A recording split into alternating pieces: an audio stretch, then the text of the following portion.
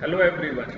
इस particular video में मैं आपके साथ डिस्कस करूंगा कैट 2019 के स्लॉट 2 का क्वांट सेक्शन का क्वेश्चन नंबर 33।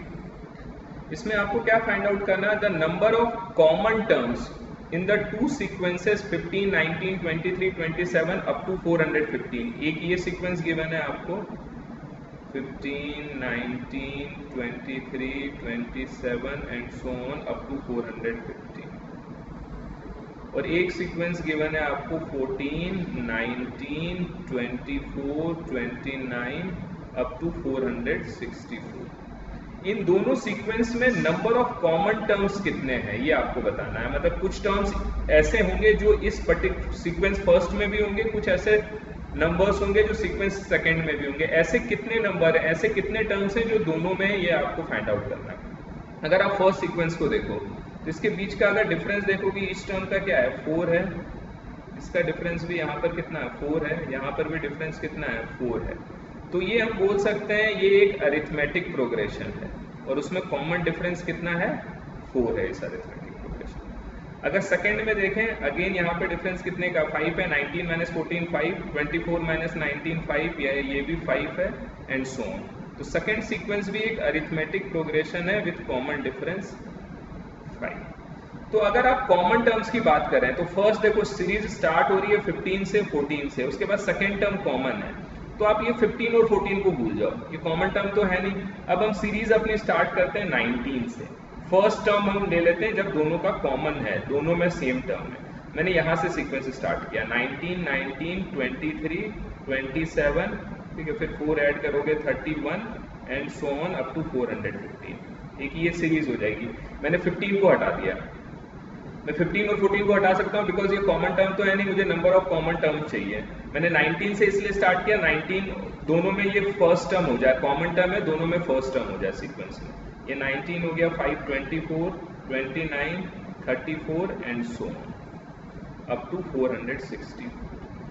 तो अगर आप इसके बाद देखोगे 31 के बाद नेक्स्ट नंबर क्या होगा 31 प्लस 4 35 एंड सो ऑन, ऐसे इसमें सीक्वेंस चलती जाएगी। और ये 34 के बाद क्या हो जाएगा 39 एंड सो ऑन, ऐसे आपका सीक्वेंस ये चलता रहेगा। अब यहाँ पे देखोगे 35 के बाद नेक्स्ट टर्म क्या आ जाएगा 35 प्लस 4 39। अगेन ये देखोगे क्या हो गया कॉमन टर्म आ गया, यहाँ पर कॉमन था, यहाँ पर कॉमन था। तो आप देख सकते हो यहाँ पर क्या था, कॉमन डिफरेंस 4 था, यहाँ पे कॉमन डिफरेंस 5 है।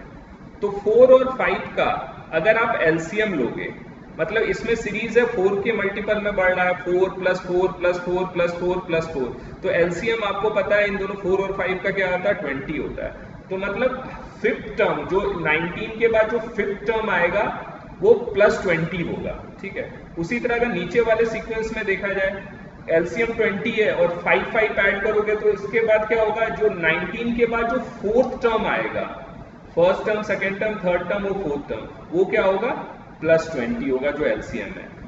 Every fourth term after fourth जो होगा 19 के बाद जो फोर्थ टर्म आएगा वो होगा प्लस 20, और नीचे ऊपर वाले में 19 के बाद जो फिफ्थ टर्म आएगा वो होगा प्लस 20, जो इनका कॉमन डिफरेंस का एलसीएम है।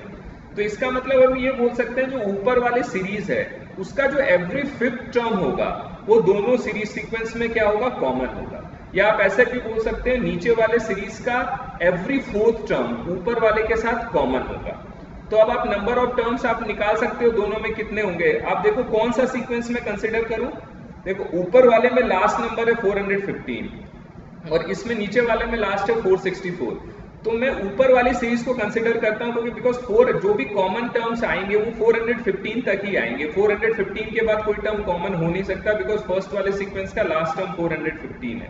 तो अगर मैं फर्स्ट वाले सीक्वेंस में नंबर ऑफ टर्म्स देखूं तो टर्म n का फॉर्मूला क्या होता है किसी भी अरिथमेटिक प्रोग्रेशन में, a plus n minus 1d। मैं नंबर ऑफ टर्म्स निकाल रहा हूं फर्स्ट सीक्वेंस, तो a क्या होता है फर्स्ट टर्म यहाँ पे क्या हो गया 19, टर्म n कितना है 450, ठीक, n की वैल्यू निकालनी है और कॉमन डिफरेंस कितना है ऊपर वाली सीरीज में 4 है। तो इसको अगर आप सॉल्व करोगे 415 माइनस 19 करोगे तो 396 हो जाएगा, divided by 4 is equals to n minus 1 हो जाएगा। ये कितना हो जाएगा 99 हो जाएगा। तो यहाँ से मेरे पास आ गई n की वैल्यू आ गई 100।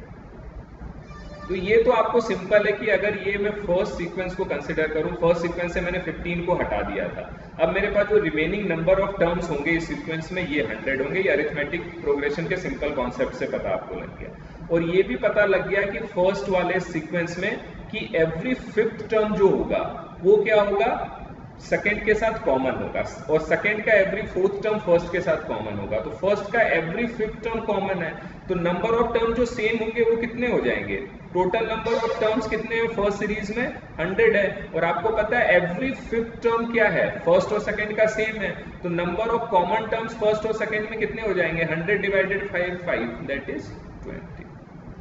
तो आंसर हमारा क्या हो जाएगा, फोर्थ ऑप्शन हो जाएगा 20। इसमें आपको ये ध्यान रखना आप सेकेंड सीक्वेंस कंसिडर मत करना। अगर आप सेकेंड सीक्वेंस में यही लॉजिक लगाओगे कि 464 number of term second sequence में कितने हैं डिवाइडेड बाय अगर आप 4 कर दोगे उसको, बिकॉज आपको पता है एवरी फोर्थ क्या है कॉमन है, तो आप सोचोगे कि नंबर ऑफ कॉमन टर्म्स निकल जाएगा। ऐसा नहीं होगा, बिकॉज यहाँ 415 ये सीक्वेंस कहाँ एंड हो रही है 464 पे, और ये सीक्वेंस कहाँ कंसिडर हो रही खत्म हो रही है 415 पे। तो 464 के पहले कुछ ऐसे नंबर्स हो जाएंगे जो एवरी फोर्थ टर्म में तो काउंट हो जाएंगे लेकिन फर्स्ट सीक्वेंस के साथ कॉमन नहीं रहेंगे। इसलिए हमने जो ये निकालना है नंबर ऑफ टर्म्स भी डिवाइडेड बाई हमने 5 किया, वो सिर्फ फर्स्ट सीक्वेंस के लिए ही करना है। तो ये क्वेश्चन आपका बहुत ही बेसिक क्वेश्चन था अरिथमेटिक प्रोग्रेशन का। इसमें आपने देखा कि दो आपको अरिथमेटिक प्रोग्रेशन दे रखे थे। इसमें फर्स्ट कॉन्सेप्ट ये था कि हमें स्टार्ट करना है फर्स्ट कॉमन टर्म से, तो हमने 15 और 14 को हटा दिया। फिर फर्स्ट में हमने देखा कॉमन डिफरेंस 4 था, सेकंड सीक्वेंस में देखा कॉमन डिफरेंस 5 था। तो इन दोनों का एलसीएम हम ले लेंगे। एलसीएम क्या हो गया 20 हो गया। मतलब ये हो गया फर्स्ट टर्म में जब भी 20 ऐड होगा तब वो, और सेकंड टर्म में भी 20 ऐड होगा, सेकंड टर्म में 4 टर्म के बाद 20 ऐड होगा, और फर्स्ट सीक्वेंस में एवरी 5 टर्म क्या होगा 20 प्लस होगा। तो आपको ये पता लग गया कि इसमें क्या होगा, इसमें 5 टर्म ऐड करेंगे तब 20 आएगा, इसमें 4 टर्म ऐड करेंगे तो 20 आएगा। तो फर्स्ट सीक्वेंस में आफ्टर एवरी 5 टर्म और सेकंड सीक्वेंस का आफ्टर एवरी 4 टर्म क्या हो जाएगा कॉमन हो जाएगा। तो आपने सिंपल टर्म एन का फॉर्मूला यूज करके नंबर ऑफ टर्म्स निकाल दिए, उसको डिवाइडेड बाई मैंने क्या कर दिया, आफ्टर एवरी 5 टर्म्स के बाद कॉमन है तो 5 से डिवाइड कर दिया, हमारा फाइनल आंसर आ गया। तो ऐसे कॉन्सेप्ट को यूज करके इस पर्टिकुलर क्वेश्चन को आप कर सकते हो। तो अगर आपको मेरे रेगुलर अपडेट्स के साथ जुड़ा रहना है तो आप मेरे चैनल को सब्सक्राइब करें, सो दैट मैं कोई भी वीडियो अपलोड करूं तो उसको रेगुलर अपडेट्स आपको मिलती रहे। Thank you so much for watching.